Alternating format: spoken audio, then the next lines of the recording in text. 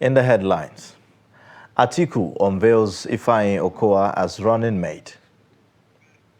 Court arraigns former chief of staff to Matawale for others. Bandits kill 3, abduct dozens in fresh attack in Niger State. Away from Nigeria, Iraq Shia leader al-Sadr withdraws from political process. Hello and welcome to Trust News Update. I am Ayuba Ilya. Thank you for joining.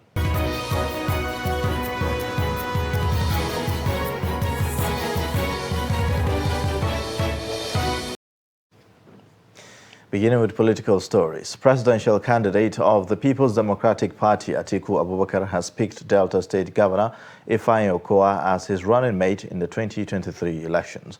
Okowa's nomination was announced and confirmed by Atiku himself on Thursday at an unveiling event held in Abuja. Okowa will now be screened by a committee already set up for that purpose. The announcement puts to rest speculations that had gone rife on Wednesday that Rivers State Governor Nyesom Wike was the favorite to clinch the job, having been endorsed for the position by a nomination committee. As presidential candidates of the political parties and party officials continue to scout for running mates ahead of the 17th June deadline as stipulated by the Independent National Electoral Commission, controversies are trailing the discourse. Issues around the religion practiced by those touted as running mates to presidential candidates are top on the discourse from almost every quarter. Trust TV's Aisha Salihu in this report speaks to the electorate on what qualities a running mate for the presidential candidate under any of the political parties should possess. The report.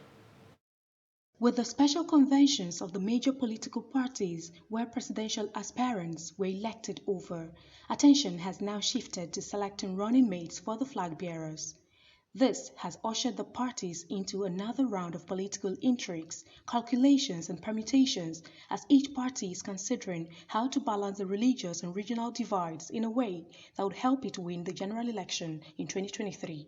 Spokesman of the All Progressives Congress APC national stakeholders, Aliyu Audu, implored the ruling party to narrow its search for a running mate to the party's presidential flag bearer Ahmed Bola Tinubu to a Christian from the north. However, youth under the auspices of the Northeast APC Youth Stakeholders Forum insist on special consideration for the zone in choosing a vice presidential candidate. Meanwhile, Christian youth in Nigeria have declared that they will vote against any political party that fills a Muslim ticket in the 2023 presidential election. On the part of some electorates, the controversy around the religion of the running mates should not be an issue, noting that a combination of credible candidates who will give the country effective leadership should be considered first. What I want to say is this. I want Nigerians to know that these Muslim tickets, Christian tickets, is what the political elites are using to divide, the youth, and that's what they're using to divide Nigerians so that we'll be fighting themselves, so that they have, make a way for themselves to be there. It's not business as usual. Nigerians are now wise. We don't care whether it's Muslim or Christian. What Nigerians and the youth are talking about now is credible candidates that will be there for the masses. It's about individual. You want to look at the antecedent of their past, or what they have done. What does religion have to do with what is on the ground? We need performance. We really need performance. I would suggest to pick a Muslim and Christian. Let them go to there and walk. And we must tell them, let them go there because of the citizen, because of the interests of the masses. It's not because of their personal interests.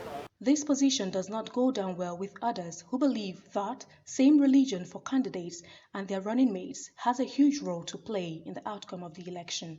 I advise them to go to the same religion. At least both of them can pull heads together and work for the betterment of the country. They are to serve the Nigerians. If they are the same religion or or the same tribe, or something, they can easily communicate to each other. What you need is the understanding. The People's Democratic Party and Labour Party, through their leaders, have declared that their presidential candidates will choose a competent Christian from the south and a competent Muslim from the north, respectively, for regional and religious balance. The Independent National Electoral Commission has issued a fresh warning to the political parties that the Friday, June 17th deadline for the submission of the names of candidates and their running mates is sacrosanct. Aisha Salihu, Trust TV News, Abuja. The House of Representatives tasked the Independent National Electoral Commission, INEC, on the need to extend the continuous voters registration by 60 days with a view to addressing the high rate of voter apathy ahead of the 2023 general elections. The lawmakers who spoke during the debate on a motion sponsored by Chairman, House Committee on Media and Public Affairs, Honorable Benjamin Kalu, also tasked the Commission to deploy additional staff and voter registration machines across the country. He observed that the ongoing continuous voters registration by the Commission is scheduled to end on 30th of June 2022, will disenfranchise many Nigerians, hence the need for INEC to examine its stance on the June deadline.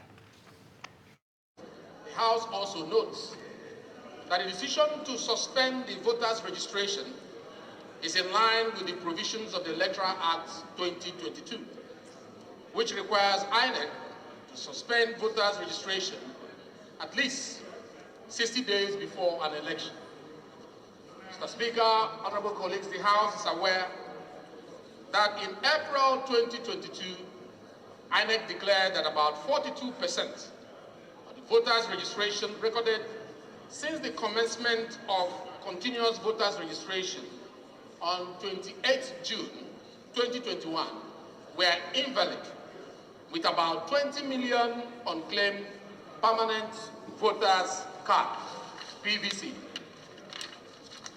Mr. Speaker, the House is cognizant of the large number of unregistered eligible voters willing to be registered, as evidenced by the crowd seen at various registration centers, resulting in congestion. Mr. Speaker, honorable colleagues, the House is concerned by reports of shortages of voters' registration machines, inadequate manpower, and personnel at registration centers, which may lead to frustrations among prospective registrants, and in some areas, and in some cases, unrest at some registration centers. Honorable Kalu's motion is basically to ask for an extension of 60 days for registration. Ahead of the July 16 governorship election in Osun State, the political atmosphere is gathering momentum with politicians cross-carpeting. The latest is the defection of 2,500 supporters of Minister of Interior Rauf Aregbesola from All Progressives Congress to People's Democratic Party. Trust TV's Hamid Oyegbade reports. The race for Osun governorship election bell for July 16, 2022 has begun. All Progressives Congress and People's Democratic Party are the major political parties in this election. The incumbent governor Adeboyega Oyintola is the candidate of APC, while Senator Ademola Adeleke is the candidate of PDP. Both parties and their candidates are intensifying campaign across the states. Interestingly, both parties have their eyes on the camp of the former governor, Mr. Rauf Aregbesola, who is at loggerheads with Governor Oyintola. Aregbesola's camp, popularly known as the Osun Progressives, remain in APC and strong opposition to the Oyintola's administration. It is reported that one of the leaders of the Aregbesola's camp, who served as Commissioner for Local Governments and Chieftaincy Affairs during Aregbesola's tenure, Mr. Kolapo Aleme, led 2,500 APC members from 19 local government areas of the state to PDP. The team vowed to work against Oyintola's re-elections. I'm formerly of All Progressive Congress, APC, but today, by the grace of God, I'm declaring openly and formally for PDP. People's Democratic Party. And by the special grace of God, by 16th July, His Excellency Senator Nuruddin Jackson Ademola Adeleke will be elected as the governor of this state, governor of Osun. The former PDP National Deputy Publicity Secretary, Prince Dairan Odayemi, said the defection of the Arabian Shola's supporters was an indication of victory for Adeleke in the next gubernatorial election. We are receiving members of APC who are presently working with Governor Oyetola into our fold. This is an evidence that as far as Osun State is concerned, people know the difference between PDP and APC, and they really want PDP to come into government, and that is why they are leaving APC for PDP. We are happy to receive them. Political doors are always open. PDP is open. On the other hand, the other faction believes that their candidate is an individual with an unmatched foresight that puts the interest of the people first. Former Deputy Chief of Staff to Governor Bello Muhammad of Zamfara State, Bashir Muhammad, and 4 others have been arraigned at the Chief Magistrate Court 1, Gusau, the state capital, over misappropriation of official Hilux vehicle. The 5 accused persons were arraigned in court on a 2-count charge bordering on criminal conspiracy and misappropriation of official Hilux vehicle issued to the former Deputy Chief of Staff, Bashir Muhammad. The report. Those who were charged to court with the Deputy Chief of Staff were Isa Usman, Shaibu Musa, Yusuf Bello, and Malam Yazid. However, the first accused person, Isa Jabir Usman, and the second accused person, Shaibu Musa, were brought to court while the 3 other suspects are still at large. The 2 arrested suspects who appeared in court pleaded not guilty. Counsel to the Zamfara state government had asked the court to adjourn the matter to a later date to enable the police conduct further investigation and apprehend the 3 fleeing suspects who are still at large. The prosecution counsel asked the court to adjourn the matter for them to enable the police get the other suspects that are at large. We don't mind about who are at large. They came to court, and whoever is before the court, it is that person that will court decide on him. Defense counsel to the first accused person objected to the application of the first complainant counsel on the grounds that the state attorney general has taken over the matter from the Nigeria police and therefore should be conversant with the matter in question. He further argued that the Chief Magistrate Court 1 lacks jurisdiction to grant the application and entertain the matter, and urged the court to discountenance the application and transfer the matter to a Sharia court of competent jurisdiction, given the fact the accused person professed Islamic faith. One of the reasons we advanced our application for amnesty was to enable us to have test diary from that is testified. Go through them, see whether or not we have strong or we have evidence, criminal party case against that case. If we have, it's obvious we charge them before the appropriate court. If there is no evidence, as ministers in the Temple of Justice, we are not investigating anything. We are not prosecuting anything. We are simply going to admit the case in favor of the accused. Counsel to the second accused person aligned with the submissions of the counsel to the first accused person and adopted same. He also argued that since the offences which the accused persons have been arraigned in the Chief Magistrate Court 1 are not capital in nature, they are within the power of the Sharia court. The presiding judge, Justice Saadu Garba, in his ruling referred the matter to the Attorney General and Commissioner for Justice to transfer to the state's High Court. He therefore directed that the 2 accused persons be remanded in a correctional facility pending their appearance in court. The court will consider the application for a bail of the 2 accused persons brought to court at a date to be communicated to both parties. Zamfara state government has disclosed that it may reconsider shutting down telecommunication services in the state if the need arises for the second time. In a statement, the special advisor to the governor, Matawale, on media, Zailani Bappa, said that the state government has yet to close down the telecommunication services as being rumored in the state. He, however, stated that if the implementation of the communications shutdown becomes necessary, it can be employed once again. Bappa stressed that it has become necessary to clear some obvious misconceptions about a certain statement emanating from his office on the alleged closure of telecom services, which has generated disturbing rumor in the state. 3 persons have been reportedly killed while unspecified number of people have been abducted on Wednesday night in Maguzawa community, Rafi local government area of Niger State. According to reports, among those kidnapped were women and children, while many residents have fled their homes to Kagara and Pangdogari in Niger State and Birnin-Gwari town in Kaduna State to find refuge. The Niger State Police Command's Public Relations Officer, DSP Wasiu Abiodun, confirmed the attack.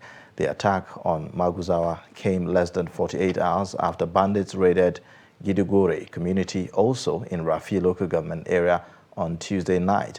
Reports say that the abductors demanded for a ransom of 50 million naira for the first set of people kidnapped. You're watching Trust News Update. Coming up after the break. Menace of drug abuse in IDP camps. Details and more shortly. Join us again.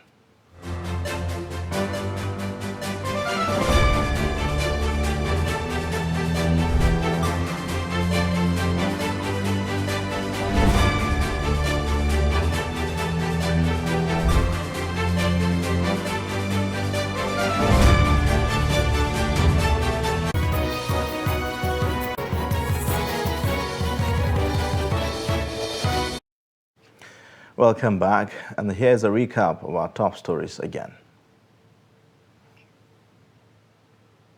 Atiku unveils Ifeanyi Okowa as running mate. Court arraigns former Chief of Staff to Matawale for others. Now moving on, the Academic Staff Union of Universities has sued the Edo State Governor, Godwin Obaseki, for suspending all union activities across the state-owned higher institutions. The union, in a suit filed before the National Industrial Court in Benin by the Ambrose Ali University chapter, said that the suspension is unconstitutional, illegal, null and void, and ultraviolates the powers of the defendants. Other defendants in the suit are the Edo State government and the Attorney General, and the Commissioner for Justice. No date has been fixed for hearing of the suit. The government directed the management of state-owned institutions to implement a no-work, no-pay policy, declare vacant, and advertise the position of any staff member that refuses to resume work. The crisis over the usage of hijab in public schools in Kwara State is yet to abate, as the state Muslim stakeholders in Offa, Oyun local governments have called on the state government to release and implement the white paper of the panel of inquiry set up on the crisis. Addressing newsmen in Ilorin, the state capital, members of the Offa Oyun Muslim stakeholders also asked the state government to ensure that the perpetrators of the killing and maiming are arrested and prosecuted. Led by Salahuddin Nuruddin, the Muslim stakeholders asked the government to release the white paper of the panel of inquiry set up on the crisis.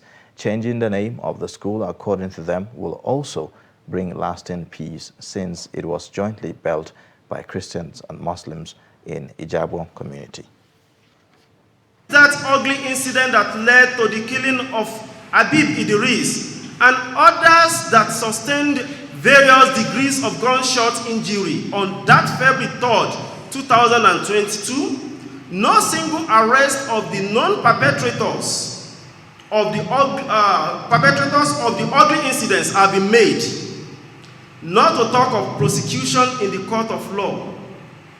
Let it be noted that since the reopening of the school about 2 weeks ago, the agents of the church who are in the service of the state government as teachers or staff of OBHS have continued to threaten our schoolgirls who wore hijab in the schools.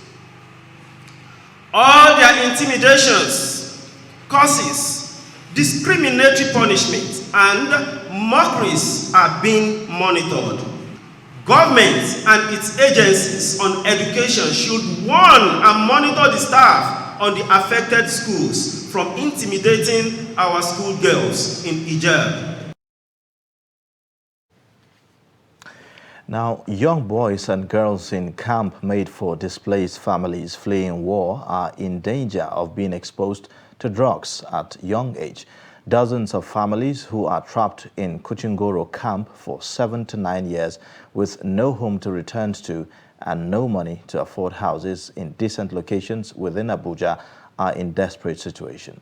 Nana Mohammed was there and now reports. Kuchigoro camp in the city of Abuja has become a place thousands of internally displaced families have found as home to raise their children. For 9 years, Aisha Bakura from Goza local government area of Borno State has lived with her husband and 4 children in a makeshift room.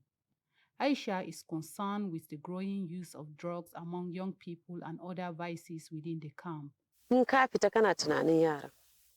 Whenever I step out, I always think of what is happening to the children. I live in fear of the unknown because of lack of trust and fear of what the children may do. I used to lock them up whenever it's time for us to go to bed. I sleep with the keys. This is because I am afraid of letting them loose. Many of them do drugs, including young boys and girls. Availability of the drugs can make our children take up such bad habits. Dr. Inya Ode is a humanitarian worker. She is worried that if nothing is done to save the children and families in displaced camps, both within and outside of Abuja, the future may not be pleasant. People in those camps or settlements that have not been taken care of, that don't feel the sense of nationalism or the sense of patriotism to their country, because the country has not cared for them. And because of that pending disaster, we see all kinds of vices coming through. We had a commission to take care of IDPs, displaced persons and refugees and all of that. It was a commission. Now we have a full-fledged ministry to take care of displaced persons, the Ministry of Humanitarian Affairs. But then, how far so far? What is the ministry doing? Robinson Okeke, an Abuja-based mental health specialist, said, people who are forced to leave their homes live in constant trauma and depression if they are not cared for in terms of providing the basic human needs. It goes to the primitive age, when humans had little to boast of. It was a very critical time in human developmental history. Okay, and so at that time you see rage, you see anger. That was at a time when Thomas Hobbes wrote his very popular saying that life was brutish, was harsh, and was short. Because it was a primitive, way of life. So when people run away from their homes, they leave their lives behind. Nigeria has the 3rd highest number of internally displaced persons in Africa, spread in camps across the country. This statistic, experts believe, portends danger to the nation if necessary action is not taken. Nana Muhammad, Trust TV News, Abuja. National Population Census Commission is set to conduct trial census this month ahead of the proper conduct of the exercise in 2023. All machinery has been set in motion in Katsina State, which will kick off on the 30th of June. The full exercise is scheduled for April next year. Abdullahi Yamadi has more. The trial census is expected to cover the 36 states and Abuja. To this end, 6 local governments will be selected from the 6 states in each of the 6 geopolitical zones for full population enumeration. Also, the Commission will use a total of 13,500 field functionaries, which comprise of 11,510 enumerators, 1,529 supervisors, and 823 facilitators for the trial census. And he trusts this 800 will all come from the academia as friends of the commission. The National Population Umpire has introduced the use of technology in its quest to deliver a credible and acceptable population and housing census.